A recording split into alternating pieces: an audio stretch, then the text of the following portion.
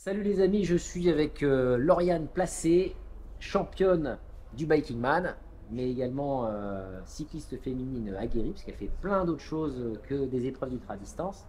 Salut Lauriane déjà, Salut Axel, je suis heureux qu'on soit ensemble du coup sur le Roc d'Azur. c'est ça. C'est pour ça qu'on a un petit bruit ambiant, j'espère que la vidéo sortira de bonne qualité les amis. Comment est-ce que toi tu es arrivé sur la longue distance? Raconte-nous un petit peu ton histoire et ton parcours pour un moment donné qui t'a donné envie de te lancer dans la longue distance. Alors, moi j'ai commencé le vélo à 18 ans parce que je m'ennuyais et que je voulais découvrir, il y avait une notion de découverte, je voulais découvrir ce qu'il y avait autour de chez moi, tout ce que je connaissais pas en fait. Donc j'ai commencé comme ça à partir quelques heures dans la journée pour voir ce qu'il y avait un peu au bout du chemin, au bout de ce chemin-là. Dans ma tête, il y avait une carte et fallait mettre en couleur toutes les routes qui existaient. À 21 ans, je suis partie, j'ai pris le vélo que j'avais, donc un VTC quelconque j'ai un porte-bagages, j'ai mis ma tente, un duvet et deux, trois vêtements de rechange et je suis allée prendre le train. Je suis arrivée à Rennes et je me suis dit bon je fais Rennes-Brest par la côte. En vélo toute seule, oui. J'ai fait ça en 3 jours. Alors, je sais pas combien de kilomètres j'ai fait. Je sais pas combien de kilomètres j'ai fait. Et donc je suis partie de Rennes, je suis montée au Mont-Saint-Michel. C'est un souvenir excellent. Et c'est un peu comme ça que j'ai découvert le vélo je dirais pas que c'est de la longue distance, mais on se lève le matin, c'est du voyage sur plusieurs jours. Oui, je faisais que de pédaler la journée, je me levais le matin à 6 heures et je roulais jusqu'à 8 heures le soir. Et puis j'en ai pris plein les yeux, quoi. J'ai refait des petits voyages comme ça, mais en hiver. En décembre, j'ai fait tous les marchés de Noël entre Strasbourg et Colmar sur une semaine. C'était le prétexte, le marché de Alors, Noël. ouais, c'était parce qu'en fait, on était en vélo, on avait une petite chariote pour mettre les affaires et en fait, on s'est déplacé comme ça. Il a fait assez beau cette semaine-là, puis au lieu de louer une voiture, on s'est dit bon on fait tout. C'est arrivé vraiment, rien n'était prévu. Et comme c'était à Strasbourg qu'on a commencé avec le marché de Noël, on s'est déplacé on a fait l'Alsace jusqu'à Colmar comme ça. Donc on faisait pas des grandes distances, mais ça restait du voyage tout au long du vélo. Par contre, du coup là, on allait à l'hôtel le soir. L'année suivante, je crois qu'on a fait Nancy-Belfort, donc toute la Lorraine en décembre, avec les Vosges dedans. On allait à Gérardmer. Bon, il y a un petit côté déprime à cette époque-là de l'année. Après, j'ai fait une petite pause sur le voyage parce que je me suis mise sur le triathlon longue distance et sur la compétition en fait. Et je m'autorisais pas de faire des choses comme ça à côté parce que Ta saison, ouais. ouais, parce que dans ma tête c'est pas compatible alors qu'aujourd'hui ça le serait complètement. Mais à cette époque-là, j'étais vraiment focus entraînement spécifique. Et ça, c'était pas concevable de dire je pars une semaine faire du vélo. Et petit à petit, j'ai changé ma vision des choses et ma vision du sport. Et récemment, là, l'an dernier, on a fait toute la Vélodyssée. Donc depuis, j'ai une petite fille. Et on a fait toute la Vélodyssée avec elle dans dans une chariot de tulle. Puis on est parti à vélo avec les sacoches en camping. Donc là, à cette époque-là, elle avait 2 ans. Donc là, c'est un autre voyage. C'est que C'est vraiment un autre voyage, ouais. d'abord solitaire, Ouais. après tu es passé dans la compétition, puis tu es revenu dans le voyage, Oui. cette fois en famille, En famille, ouais. avec un enfant en bas âge. Est-ce que tu peux justement nous en dire un petit peu plus? Parce que c'était la deuxième question. Là, c'est comment est-ce que tu gères les défis et les challenges d'avoir à transporter une enfant du coup Ouais. en bas âge, avec toutes les contraintes que ça peut générer pour le voyage à vélo et la longue distance, de voyager avec une enfant. Comment est-ce que tu Donc, fais ça au quotidien, ouais. déjà, elle a l'habitude de voyager dans la petite chariot de tulle parce on en a fait énormément avec elle. Donc, elle connaît les journées de 5-6 heures, 5-6 heures de vélo. C'est sa maison mobile. Voilà, par contre, on s'organise en fait en fonction d'elle. Donc, on coupe la journée en deux. Si on fait 5 heures, on fait 2h30, 2h30. Et puis, si on voit après, elle aime bien être dedans. Si on voit qu'elle s'ennuie un peu, il y a beaucoup d'arrêts, aires de jeu. Enfin, à cette époque-là, parce que maintenant, c'est plus les mêmes Donc, aires de des jeu, espaces la vélo plage, et oui, après des espaces pour elles, pour qu'elles puissent voilà. se détendre et Bah, faire les autre chose, quoi. pique-niques, le midi, tu fais un pique-nique et puis tu t'arrêtes dans une aire de jeu pendant une heure et demie, comme ça se dépense bien. Et puis quand tu repars l'après-midi, elle fait la sieste. Et le soir, tu arrives vers 5 heures, tu vas à la plage. Enfin, c'est vrai que les journées étaient organisées autour d'elle, mais nous, on y trouvait notre compte aussi parce on est parti de Angers, on a fait Angers, Nantes, Noirmoutier. Et au fait, là non plus, c'était pas prévu. Et puis on est arrivé à Hendaye. En termes de distance, là, juste Il pour y les a personnes 1000 qui nous écoutent, km à peu près. On a fait 1000 km en 8 jours, je crois, 8 jours de vélo. ouais, donc Ça faisait une petite centaine de bornes ça fait des belles par journées jour. si tu dois les ponctuer des arrêts. Oui, surtout qu'en fait, on avait quasiment plus de 30 kilos à tirer parce qu'on avait bah, la chariote, elle dans la chariote, la tente, le matelas, plus bah, des affaires à elle. Il faut des livres, des jouets pour l'occuper.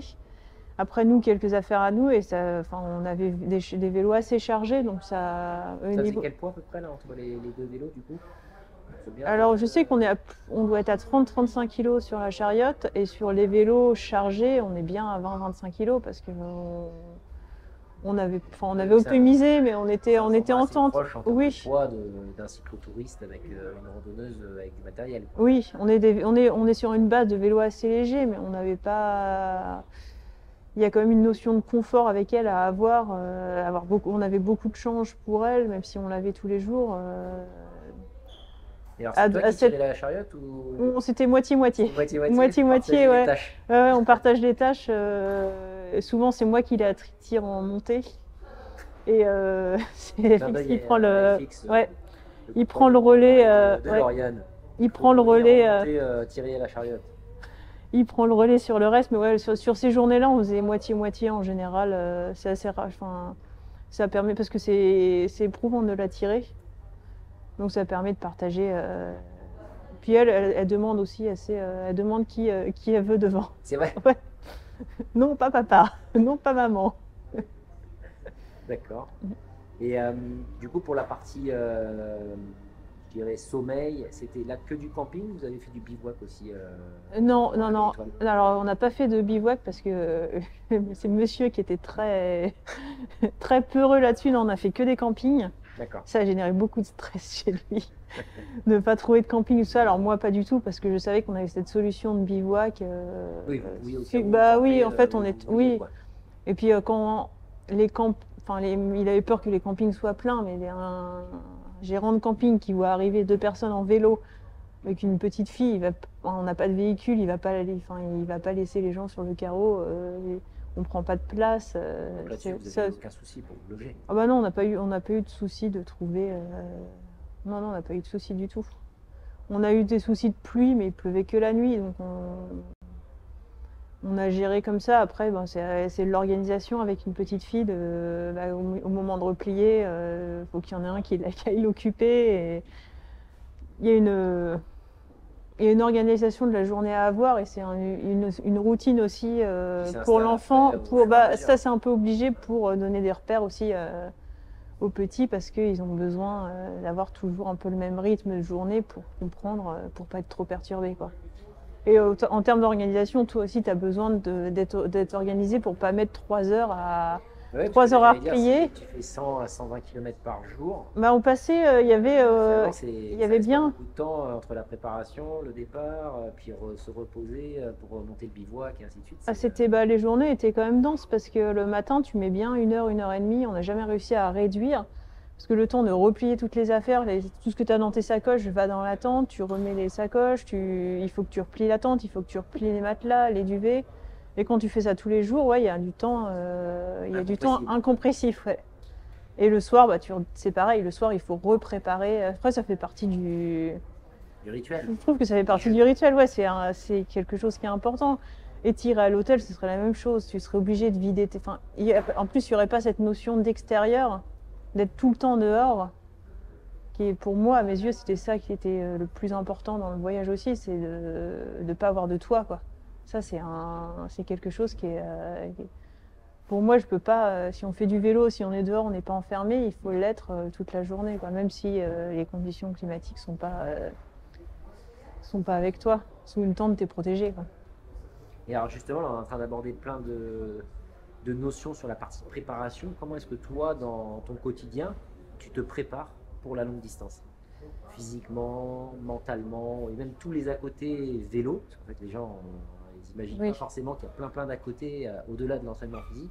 C'est quoi ton quotidien là-dessus pour te préparer et faire de la longue distance avec? Alors, moi, pour la longue distance, pour me préparer pour la longue distance à vélo, je suis pas quelqu'un qui aime les longues sorties tout le temps. Déjà, ça prend du temps.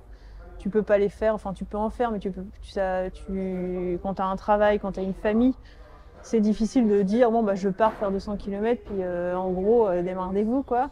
Donc, je favorise, moi, les sorties plus fréquentes. Donc, je vais au travail en vélo.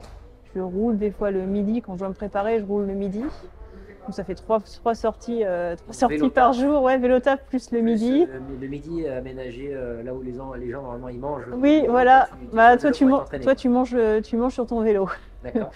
Et en fait, moi, pour la longue distance, c'est un peu ma vision, c'est la répétition qui crée l'adaptation physique et qui fait qu'après, quand tu pars, t'es bien parce que tu sais, Ouais, le corps est moins choqué. ton corps est moins par la choqué. régularité que t'as Ouais. d'avant, ouais. Et puis, tu génères, enfin, à mes yeux, je sais que pour moi, tu génères moins de grosses fatigues que plutôt que d'aller faire le week-end, d'aller faire 300 km et toute la semaine, tu récupères et finalement, t'arrives, t'es frais pour tes 300 km et enfin, je préfère être sur la régularité que sur des gros pics Et ça, tu l'as qui appris prennent. par ton expérience de voyage ou tu l'as appris par ton expérience d'athlète de haut niveau quand tu as fait de la compétition? Alors ça, Cette subtilité de justement essayer d'être régulière et pas te mettre des énormes intensités. ça c'est plus en apprenant comment je fonctionnais, ouais, en faisant de la compétition. Et c'est vraiment la course à pied qui donne cet exemple-là, parce que si tu veux pas te blesser, pour moi, tu peux pas faire quelqu'un qui court jamais, par exemple, s'il va faire 3 heures de course à pied le dimanche, il est sûr de se fracasser. S'il fait 6 fois une demi-heure ou 3 fois une heure, il sera déjà moins attaqué. Et pour le vélo, après, ça a été les contre. En fait, pour le vélo, j'ai transposé ça sur l'entraînement, par aussi les contraintes que j'avais de manque de temps. Oui. C'est ça aussi. Et je me suis rendu compte que c'est ça qui fonctionnait sur moi. Ça, c'est pour la partie du coup plutôt Ouais. physique. Ouais, physique. Mentalement, comment est-ce que tu te prépares? Parce que du coup, c'est au féminin, c'est pas la même chose que le masculin. Comment est-ce qu'une femme, mentalement, comment est-ce que tu te prépares? Toi, si tu as quelques conseils à donner aux femmes qui nous écoutent pour te lancer dans la longue distance. Moi, j'avais l'envie. Après, j'ai pas trop de préparation mentale. Le vélo, l'appel. ouais, j'ai l'appel. Le vélo, c'est ma vie, quoi. Il y avait vraiment ce côté plaisir. Ouais, c'est ce que j'aime faire. Donc, la préparation mentale, j'ai pas besoin de me forcer là-dessus. C'est Comment est-ce que naturel, tu quoi. gères la notion, par exemple, de l'autonomie dans la longue distance, le fait de pédaler la nuit, les peurs que tu peux avoir, je sais pas moi, d'animaux, des autres usagers de la route? Est-ce que tu as des astuces que tu utilises ou que tu peux partager aux gens qui Bah, nous écoutent? les peurs, il faut découvrir il faut découvrir si on a des peurs, il faut découvrir ce qui fait peur. Et parfois, rouler la nuit peut faire peur. Et en fait, une fois qu'on l'a fait, on se rend compte qu'on avait peur de on avait peur de l'idée qu'on s'en faisait. Ouais. Et une fois qu'on l'a fait, peut-être qu'il faut, si on a des peurs avant de partir en voyage, pour moi, il faut les mettre sur papier, trouver les raisons et peut-être se dire, bon, je vais essayer de défier ma peur. Et si ça se trouve, on va se rendre compte que on n'avait pas si peur que ça, quoi. C'est intéressant ce que tu dis parce que j'en avais parlé sur un autre tuto dans la chaîne pour se préparer en voyage, justement de lister sur un papier tous les défis potentiels que tu peux imaginer sur le voyage et essayer de les tester un par un avant de se lancer dans le voyage pour une fois que tu as vécu la situation, te dire au final, Oui. j'ai déjà fait avant.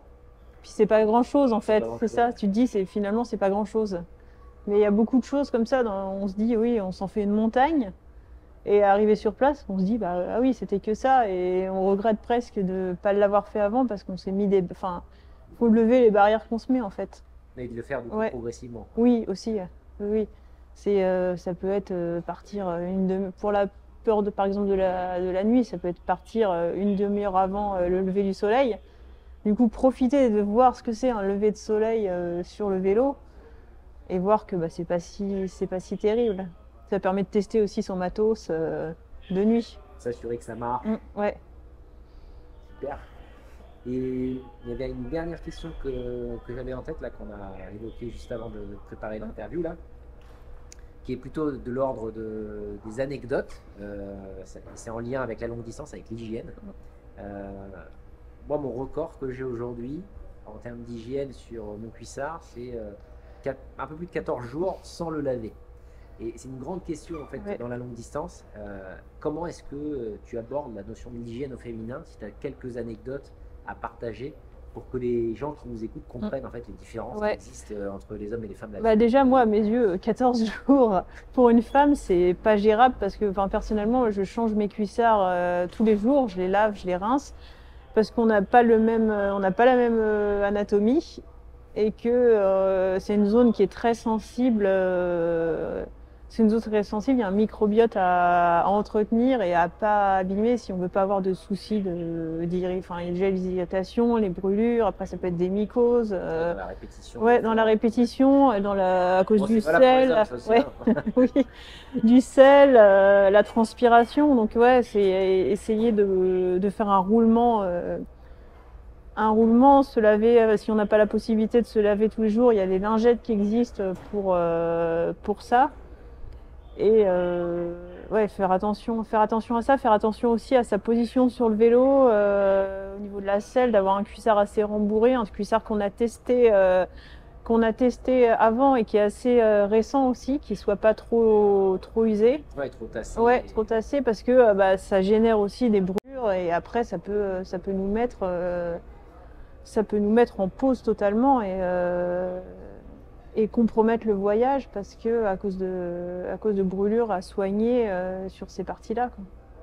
Ouais, pour ajouter un point là-dessus, là, sur le contrôle du matos, c'est vrai que le cuissard c'est super important, mais il y a aussi le contrôle de la selle. Moi, ça m'est arrivé sur un voyage longue distance, là, quand j'avais traversé la Cordillère des Andes, de vérifier que la selle, bah, déjà l'état de la selle, ça fait pas trop, parce qu'avec l'appui des ischions, parfois la selle elle bouge, la zone périnée elle est Oui. potentiellement beaucoup plus exposée. Et c'est une zone aussi au féminin qui est à surveiller. C'est une zone fragile, faut pas hésiter donc aussi à consulter des kinés qui sont spécialisés là-dedans s'il y a des soucis après liés à ça. J'aurais dû le faire après l'Amérique du Sud.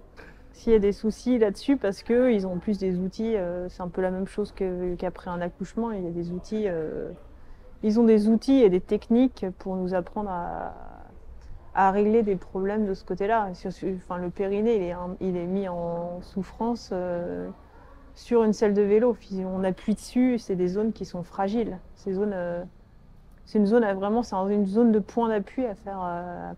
Il faut en prendre soin, quoi. Bah, merci beaucoup, Lauriane. Merci. Merci pour tous ces conseils. J'espère que vous avez apprécié ce partage de la longue distance au féminin avec Lauriane Placé. Je vous invite aussi à la suivre sur les réseaux parce qu'elle fait des grands voyages, elle fait aussi des courses et elle fait des choses extraordinaires à vélo. N'hésitez pas dans la section commentaires si vous avez des questions, puisqu'on sera là pour y répondre. J'espère que tu pourras également contribuer sur la chaîne, Lauriane. Et puis je vous dis peut-être à bientôt sur les routes et les pistes du monde. Si vous souhaitez croiser Lauriane, c'est plutôt dans le secteur d'Annecy. Ciao Lauriane. Salut. Salut.